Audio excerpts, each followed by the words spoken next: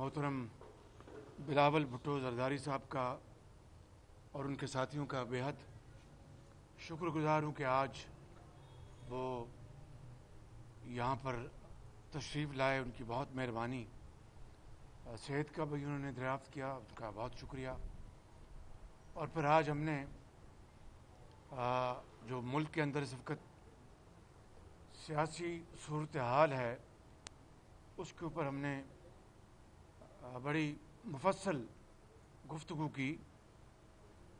اور میں یہ کہنا چاہتا ہوں کہ ہم الحمدللہ پیپلز پارٹی اور مسلم لیگ نون اور دوسری جو جماعتیں ہیں اپوزیشن کی, کل میری مولانا فضل الرحمان صاحب سے ملاقات ہوئی تھی, تو ہم اس وقت ملک کو جو مسائل درپیش ہیں, جو چیلنجز, جو مشکلات ہیں, ان کے اوپر ہماری مکمل اتفاق ہے کہ اس حکومت نے 2 سال میں پاکستان کی معیشت کو بے پناہ نقصان پہنچایا ہے کہ 70 سال میں اس کی مثال نہیں ملتی. آپ آج دیکھیے کہ مہنگائی آسمانوں سے باتیں کر رہی ہے کووڈ کی وجہ سے, اور کووڈ نے پوری دنیا میں لاکھوں اموات ہوئیں اور پاکستان میں بھی ہزاروں لوگ اللہ تعالیٰ کو پیارے ہو گئے. اور ہم سب دست پہ دعا ہے کہ اس وبا سے اللہ تعالیٰ جلد سے جلد جان چھڑوائے. لیکن دنیا میں کووڈ کے بعد قیمتیں زمیں بوس ہو گئی, یعنی بالکل, یعنی اس حد تک قیمتیں گر گئی ہیں, چاہے وہ اشیاء خرد و نوشت ہوں, چاہے وہ کاروباری جو مٹیریلز ہیں, سامان ہیں, سب کی قیمتیں گریں. پاکستان میں قیمتیں آسمان سے باتیں کر رہی ہیں. یہ ایک ایسی ایک دل خراش یہ بات ہے کہ اس حکومت کے پاس کوئی جواب نہیں. آپ چینی سکینڈل جب سے شروع ہوا اس وقت 60-65 روپے چینی تھی, آج یہ 100 روپے پہنچ گئی ہے. اور تاریخ میں پہلی مرتبہ ہے, کم سے کم میں نے بطور ایک سیاسی کارکن کے میں نے یہ نہیں دیکھا, اور جب میں سیاست پہ نہیں تھا تب بھی ایسا واقعہ نہیں ہوا کہ گندم کی کٹائی کا سیزن ختم ہوا نہیں اور پورے ملک میں ایک بحران پیدا ہو چکا ہے. اور ابھی یعنی نارملی سال کے آخر میں حکومتیں جو ہیں وہ اپنے سٹاک سے وہ پھر وہ نکالتی تھی. آج خود جو وزیر زراعت ہیں وہ کہتے ہیں کہ ہمیں سمجھ نہیں آ رہی کہ گندم کہاں گئی, اور جو سرکاری ریٹ پہ جو آٹا ہے وہ کھایا نہیں جاتا, اور جو چکی کا آٹا ہے وہ لوگوں کی جو جیب ہے وہ اس سے باہر ہے, برداشت نہیں کر سکتی. پھر پیٹرولیم کے بعد آپ نے دیکھا تیل کے اوپر کیا کرائسس ہوا کہ کئی ہفتے تیل ملا نہیں, اور پھر تاریخ کی سب سے بڑی جمپ 35% ان کی قیمت بڑھا دی. تو آج یہ تمام جو مہنگائی کے بومشل ہیں انہوں نے عوام کی زندگی اجیرن کر دی ہے. عام آدمی بیچارہ وہ ایک وقت کی روٹی پوری نہیں کر سکتا, اور جسم کو اکٹھا رکھنا اس کے لیے ایک چیلنج بن گیا ہے. تو میں سمجھتا ہوں کہ کہاں ان کے وہ دعوے کہ 50 لاکھ گھر بنائیں گے, کہاں ان کے وہ دعوے کہ 1 کروڑ نوکریاں دیں گے. وہ 1 کروڑ نوکریاں کیا, لاکھوں لوگ جو ہیں وہ اس وقت بے روزگار ہیں. اور جو آپ جانتے ہیں کہ جی ڈی پی جو 2018 میں وہ 5.8 پہ آ چکی تھی, انہوں نے پہلے فجنگ کی اور کہا کہ 3.3 ہے, اور پھر اس کو دوبارہ ان کو مجبوراً اس کو کریکٹ کرنا پڑا اور کہا کہ یہ 1.9 ہے. اس سے آپ اندازہ کر لیں کہ لاکھوں لوگ بے روزگار ہو گئے, کاروبار تباہ ہو گیا, اور کاروباری آدمی اب اتنے یو ٹرنز ہو چکے ہیں کہ وہ اگر یہ عمران خان نیازی ان کو میں سمجھتا ہوں کہ ہر قسم کی یقین دہانی بھی دلائے تو وہ اب سرمایہ کاری کرنے کے لیے تیار نہیں ہے اس حکومت کے اس دوران. یہ ہے خدا داد ملک پاکستان کی اس وقت حالت اظہار، اور میں سمجھتا ہوں کہ اس انکمپٹنٹ سلیکٹڈ حکومت کہ یہ اب بس کی بات نہیں ہے کہ وہ حالات کو سدھار سکے، اور اس لیے یہ ہمیں خوشی تو نہیں، لیکن یہ ایک جو اس وقت ملک کی صورتحال ہے اس کی بنا پر یہ کہنا ضروری ہو گیا ہے کہ عمران خان نیازی کی حکومت مکمل طور پر ناکام ہو چکی ہے، اور مزید اس حکومت کا رہنا اس ملک کے لیے، اس ملک کی معیشت کے لیے، اس ملک کے عوام کے لیے وہ کسی بھی خطرے سے کم نہیں ہے۔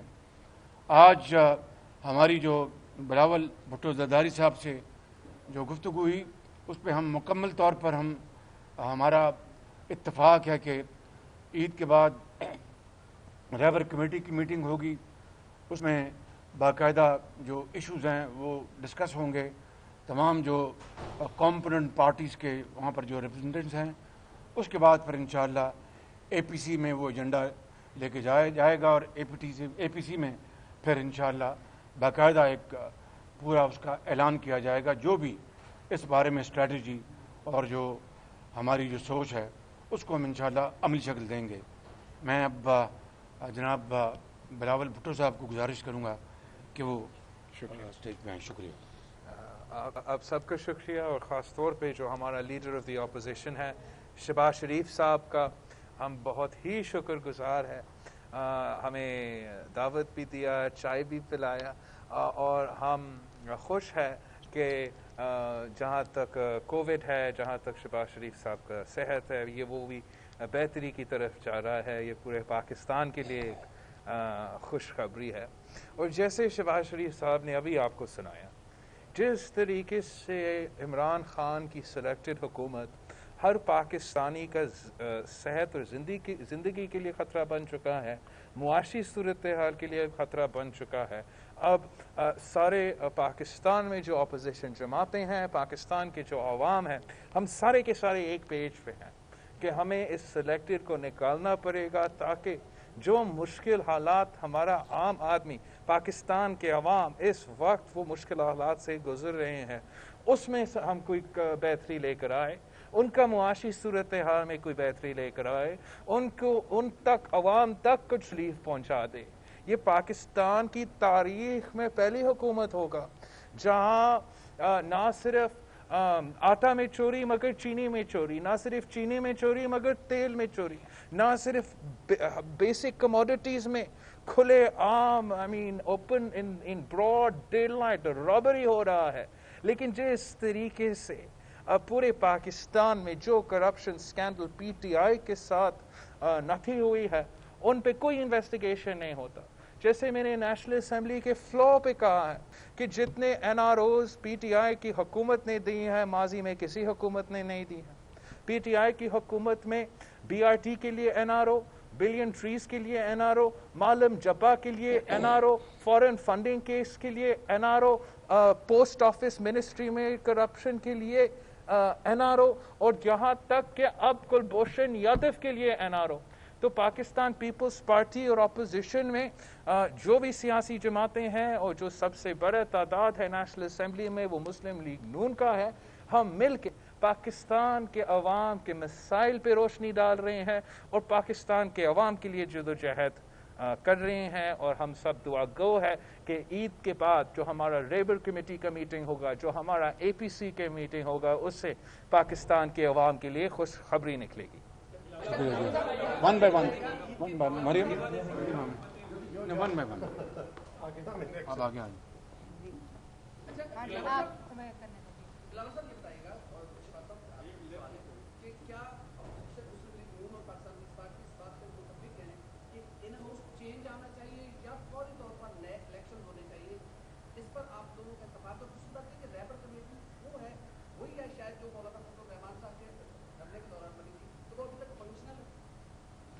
جہاں تک ہمارا ان ہاؤس چینج کی بات ہو یا مڈ ٹرم الیکشنز کی بات ہو، یہ سارے آپشنز میں سمجھتا ہوں مختلف جماعتوں کی طرف سے ہم نے ٹیبل پہ ڈالے ہیں۔ اب یہ جب ہم بیٹھیں گے اے پی سی پہ، اس پہ ہمیں کنسنسس بنانے پڑے گا اور ساری سیاسی جماعتوں کو ایک کنسنسس پہ آنا پڑے گا کہ کس تاش کو ہم اب کھیلنا چاہتے ہیں. جہاں تک رہبر کمیٹی کی بات ہے، یہ دھرنا کی وقت سے نہیں، جب سے یہ حکومت آئی ہے تب سے یہ رہبر کمیٹی بنی، اور جہاں ہمارا اے پی سی ہو رہا ہے ہم چاہ رہے تھے کہ اس اے پی سی سے پہلے ساری سیاسی جماعتوں کے جو نمائندے ہیں وہ آپس میں مل کے ایک تفصیلی پلان بنا کے تاکہ ہمارا اے پی سی جو ہے وہ زیادہ کمپرومینسو ہو.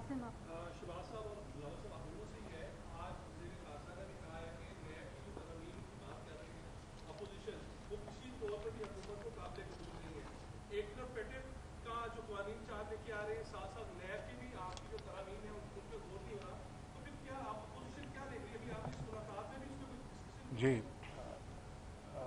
بلال صاحب بھی جواب دیں گے، میں مختصر جواب دے دیتا ہوں کہ یہ جو حکومت کے ساتھ جو نمائندوں کے ساتھ جو بات چیت ہو رہی ہے، یہ کوئی اپوزیشن کوئی ان سے حکومت سے کوئی ریلیف کی بھیک تو نہیں مانگ رہی تھی. اپوزیشن نے چاہے پیپلز پارٹی ہو، چاہے پی ایم ایل این ہو یا اور بھی کوئی اپوزیشن پارٹیز ہیں، انہوں نے 2 سال نیب نیازی گٹھ جوڑ کے جو ہتھ کنڈے ہیں، جو چیرہ دستی ہے، اس کو اپنا وہ صوبتیں عقوبت خانے کی، جیل خانوں کی قیدیں برداشت کی اور ابھی بھی کر رہے ہیں. بالکل. تو ہمیں اگر آپ یہ کہیں کہ ہم اس کے لیے ریلیف ان سے لے رہے تھے، تو یہ تو واقعات جو 2 سال کے ہیں وہ اس کی نفی کرتے ہیں خود، کہ ہم نے تو ان 2 سالوں میں جو جبر و تشدد، جو ناانصافی جو برتی گئی اور جو یک طرفہ جو نیب نیازی گٹھ جوڑ کی کارروائی اپوزیشن کے منہ کو بند کرنے کے لیے جو کی گئی، وہ پوری دنیا نے دیکھا. ہم نے یہ کہا کہ ابھی جو سپریم کورٹ کا فیصلہ آیا ہے، جو ایک بڑا ہمہ گیر فیصلہ ہے خواجہ سعد رفیق کے بیل کے، اس کو پڑھ لیں، اور اس میں جو بھی سپریم کورٹ نے اس فیصلے میں نیب کے بارے میں نشاندہی کی، ہم نے کہا کہ اس کی جو کریکشن ہے، اس کو صحیح انصاف کی بنیادوں پر، اکاؤنٹیبلٹی سے کوئی نہیں ہم میں سے بھاگ رہا. بالکل. ہم یہ کہہ رہے ہیں، یہ احتجاج کر رہے ہیں کہ اکاؤنٹیبلٹی کے نام پر بدترین وکٹمائزیشن اور وچ ہنٹنگ ہو رہی ہے. جی فیشسٹ کہہ لیں اور مسولونی سے اور ان سب سے آگے بڑھ گئی. تو ہم اس کی بات کر رہے ہیں. جس طرح میرے بھائی بلاول بھٹو صاحب نے بات کی کہ بی آر ٹی پشاور کا کیا حشر ہوا، کہاں 30 ارب روپے سے 100 ارب روپے سے کراس کر گئی. 100 ارب روپے سے کوئی پوچھنے والا نہیں کہ بھئی بی آر ٹی پشاور میں جو اس وقت جو اپنا اربوں روپے کے گھپلے ہوئے ہیں، خود ان کی رپورٹ ہے، خود ایشین ڈیولپمنٹ بینک کی رپورٹ ہے، اور آج تک بھی وہ اسی طرح کھنڈرات کا وہ منظر پیش کر رہا ہے. پھر میں رپیٹ نہیں کروں گا، معلم جبہ ہے اور بے شمار، یہ چینی کا سکینڈل ہے، یہ گندم کا سکینڈل ہے، یہ پیٹرول کا سکینڈل ہے. کس سکینڈل کی بات کریں؟ ہمیں جو 2 سال سے جو جن الفاظ سے اپنا انہوں نے ہمیں نوازا، دن رات چور ڈاکو کہا، لوگ آج پتہ ہے کہ کہتے ہیں، بحث کہتے ہیں، بحث برائے بحث. انہوں نے کام تو کیا تھا، دن رات کام کیا تھا. انہوں نے ماں سوائے پاکستان کے اربوں کھربوں ضائع کرنے کے علاوہ اور پاکستان کے غریب قوم کا وقت ضائع کرنے کے علاوہ انہوں نے کچھ نہیں کیا. یہ ہے نیب کے حوالے سے ہم یہ کہہ رہے ہیں کہ سپریم کورٹ کا جو فیصلہ آیا ہے، اور پھر اسلامی نظریاتی کونسل کا جو ان کا جو پوائنٹ آف ویو ہے، اور پھر جو قانون دانوں کی جو ایسوسیشن بارز ہیں، انہوں نے جو کہا ہے کہ جناب اس کی آپ فی الفور اس کو آپ ری وزٹ کریں نیب کے قانون کو، اور اس کا اطلاق اکراس دا بورڈ ہونا چاہیے تاکہ انصاف ہوتا ہوا نظر آئے. میں کسی کا نام نہیں لوں گا. حکومت کی کابینہ میں جو لوگ بیٹھے ہیں، کون اپنا چینی کے اسکینڈل میں ملوث تھا، کون آٹے کے اسکینڈل میں ملوث تھا، کون پیٹرولیم کے اسکینڈل میں، کس کو پوچھا گیا؟ ماں سوائے کہ جناب دکھاوے لیے آپ ایک طرف ہو جائیں. تو ہم نے یہ کہا ہے، ہم نے کوئی ان سے ریلیف کی بھیک نہیں مانگی. میں نے ایک منٹ جو ہمارے دوست نے یہ اس سوال اٹھایا ہے، بڑا سیریس ایشو ہے کہ حکومت کو جو پروپیگنڈا چل رہا ہے، جو یو ٹرنز اور سپنس چلا رہے ہیں، اس پہ اس کا جواب دینا بہت ضروری ہے. پہلی بات تو یہ ہے میں حیران ہوں کہ شاہ محمود قریشی صاحب آپ کہہ رہے ہو نیشنل اسمبلی فلور پہ کھڑے ہو کے اس پہ تقریر کر رہا ہے. اگر میں یہاں شہباز شریف صاحب سے ملنا نہیں ہوتا میں وہاں اس کو جواب دیتا. آپ کے تھرو جواب دے دیتا ہوں. پہلی بات یہ ہے کہ اگر وہ نیب پہ بات کر رہا ہے فیٹف کی بات پر شروع اس نے اس بات سے کرنا چاہیے کہ کلبھوشن یادو کے لیے جو آرڈیننس نکلتا ہے جو اس کا منسٹری سے تعلق رکھتا ہے آج تک اس پہ کیوں نہیں جواب دے دیا ہے. آج تک جو ریمنڈ ڈیوس کے واقعہ پہ ہیرو بننے نکل رہا تھا وہ کلبھوشن یادو پہ خاموش کیوں ہے. اور دوسرا جہاں تک نیب کی بات ہے جہاں تک فیٹف کی بات ہے اپوزیشن کا موقف کلیئر ہے کلسٹر کلیئر ہے. ہم پہلے دن سے ایک ہی بات کہہ رہے ہیں. ہمارے موقف پہ اور وزن آیا ہے. ہمارے موقف پہ اب جسٹس بھاکر بھی کرا ہے. ہمارا موقف پہ بھی اب کھوسا سابق چیف جسٹس صاحب کے جو حکم ہے وہ بھی ہے. ہمارا موقف پہ کاؤنسل آف اسلامک آئیڈیالوجی کا بھی پوائنٹ آف ویو آ چکا ہے اور ہم اپنے ہی موقف پہ قائم ہیں. حکومت نے اپنا نیب آرڈیننس پیش کیا. حکومت کا اپنا نیب آرڈیننس فیل ہو چکا ہے. حکومت کا موقف ہے کہ نیب آرڈیننس جو ہے وہ ہمیں چاہیے. اپوزیشن کا موقف ہے کہ جو سپریم کورٹ کہتا ہے وہ عمل کرو جو اسلامک آئیڈیالوجی کونسل کہتا ہے وہ عمل کرو. اور نیب ہو یا فیٹف ہو یا جو بھی قانون سازی ہو پاکستان پیپلز پارٹی ہمیشہ جمہوریت اور انسانی حقوق اور جوڈیشل پروسیس پہ یقین رکھتی ہے. تو ہم نہ نیب کو سپورٹ کریں گے نہ ہم فیٹف کو سپورٹ کریں گے اگر وہ پاکستانی عوام کے انسانی حقوق جمہوری حقوق پر حملہ کرتے ہیں. اس وقت سپریم کورٹ کے ججمنٹ کے مطابق نیب کا جو قانون ہے نیب کا جو ادارہ ہے وہ کالا قانون ہے. اس میں بہتری لیانا کا ہر پاکستانی کا فوکس ہر پارلیمنٹری پارٹی کا فوکس ہونا چاہیے. لیکن جہاں تک فیٹف کی بات ہے وہاں انہوں نے بڑا گیم کھیلا ہے بیکاز فیٹف ایک بہت امپورٹنٹ ایشو ہے. نیشنل ایکشن پلان کے لیے اور دہشت گردی اور انتہا پسندی کا مقابلہ کرنے کے لیے جتنا قربانی پاکستان کے عوام دیے ہیں کسی اور ممالک نے نہیں دیا ہے. اور اب یہ حکومت یہ جماعت جس کا نہ دہشت گردی کا مقابلہ میں کوئی دلچسپی ہے نہ انتہا پسندی کا مقابلہ کا کوئی دلچسپی ہے وہ پاکستان کا جو گرے لسٹ ہے وہ بلیک لسٹ جانے کا خطرہ ہے. ان کا کوئی دلچسپی نہیں ہے کہ پاکستان کو اس مشکلات سے نکالے. پاکستان کی عوام کو کیسے ہم اس مشکل صورتحال سے نکالے. اگر اس کا دلچسپی ہے تو ان کا دلچسپی یہ ہے کہ فیٹف کے نام پہ ہم کیسے عمران خان اور عمران خان کی حکومت مشرف جیسے اور ضیاء الحق جیسے پاورز دلوا دے.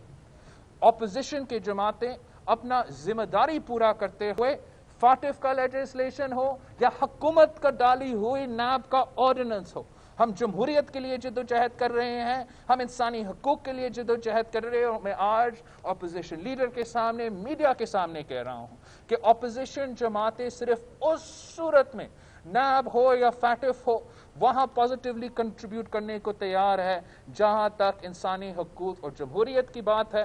حکومت کا جو رویہ ہے کہ وہ سمجھتے ہیں کہ فیٹف کا نام لے کے وہ اپنے آپ کو ضیاء الحق جیسے آمریت اور مشرف جیسے آمریت کا پاورز دلوائیں گے وہ تو پاکستان پیپلز پارٹی یا مسلم لیگ نواز اجازت نہیں دیں گے. تو جتنا بھی یہ سلیکٹڈ سیاستدان یا ان کے نمائندے میڈیا پہ یہ سپن دینے کی کوشش کر رہے ہیں آپ ان کا جھوٹ بے نقاب کریں. آپ ان کا جھوٹ بے نقاب کرے. وہ آپ کے حقوق پہ حملے کر رہے ہیں صرف میرے حقوق پہ حملے نہیں کر رہے. جی عمر لاسٹ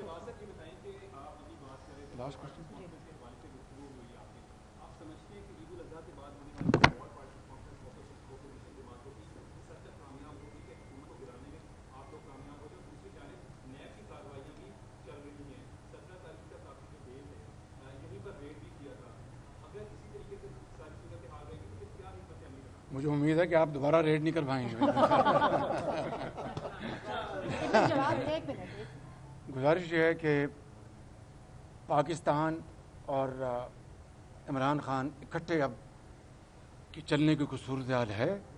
اس لیے میں سمجھتا ہوں کہ جتنی جلدی اس حکومت سے جان چھڑوائی جائے پاکستان کی بھلائی اور پاکستان کے 22 کروڑ عوام اور غریب عوام ماؤں اور یتیموں اور بیواؤں کی اسی میں ان کی عافیت ہے. تفصیل میں جانے کی ضرورت نہیں ہے.